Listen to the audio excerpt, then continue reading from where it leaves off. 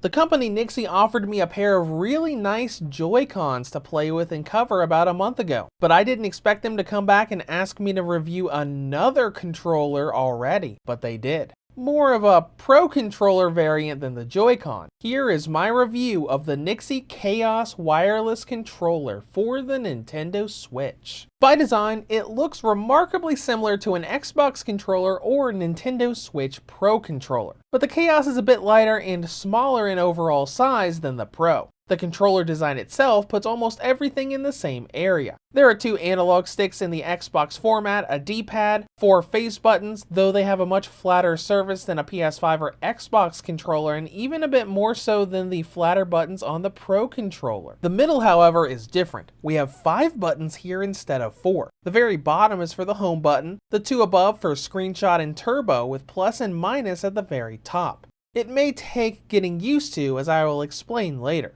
On top, we have a Pro controller-like trigger collection for LR, ZL, and ZR. Again, just a bit smaller than the actual Pro controller trigger. And on the back, we have 4 programmable buttons for more ease of use. Finally, the feel is a bit different on the bottom of the grip when you're holding it, with the very rubber-based grippy part of the handholds. It will feel very stable in your hands, but it is a little weird. Next up is compatibility. This controller is made to only be compatible with the Nintendo Switch. It cannot be connected to a PC in any way. I attempted to do this with the 8BitDo wireless adapter. The controller would sync to the adapter without issue, but would never recognize on a PC, PS4, or even the Switch as a controller through that adapter. It must be connected to a Switch natively. Now let's move on to features. Like the wireless joypads, this controller has full gyro for motion aiming in games like Zombie Army 4, Doom Eternal, Quake, and the list goes on. It also has multiple levels of vibration and different LED light patterns for the analog sticks.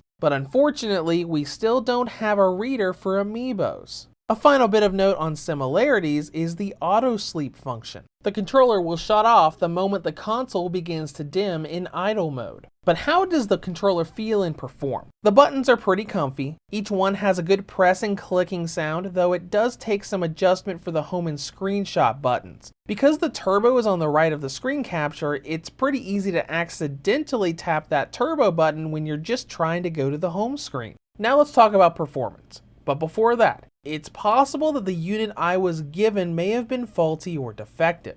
Unfortunately, there's little other content around the net for this controller, so take these negative points I'm about to say with a grain of salt. It could be a widespread issue, or it might just be my unit. The controller responded fine, but with noticeable input lag every time I used it. I tried to record this the best I could, and the delay I have here is likely larger than what the actual delay is. But I recorded latency I have with a PS5 controller via the 8BitDo adapter as about 0.1 seconds from input to a game responding. Using the same method, I found the NYXI Chaos controller having about 0.3 seconds. And that input delay was consistent across multiple days of testing. Another oddity was the buttons pressing themselves. It was fairly random, but happened across multiple games. I'd be playing Chrono Cross or 7 Pirates H, and the face or trigger buttons would begin throwing inputs. They would continue on the Switch's home screen for roughly 20 to 30 seconds and would then stop and not do it again for a few hours or the next day. I don't really think this is drifting with the different buttons, because what button did the random input was constantly changing. Sometimes it would be A or Y or the triggers. Again, I don't know for sure if this is widespread until others begin to cover the controller, but I ran into these two issues pretty often. Finally, we'll briefly touch on battery life. This controller will last you around 8 hours or so on a full charge, much like the NYXI joypads. Nowhere near the Pro controller level, but not that bad. In conclusion, the NYXI Chaos aimed to be an expensive Pro controller variant for Switch owners. Now on the downside, we still don't have an amiibo reader, and a few of the odd issues that I ran into did create discomfort and concern on whether the controller was at fault or my particular unit. Now if I have a defective unit, it's a pretty decent controller, but we'll have to wait and see on that. Reviews to Go rates the NYXI Chaos wireless controller for the Nintendo Switch a 6 out of 10. If you have any comments or questions, feel free to leave them below. Thank you for watching and have a great day.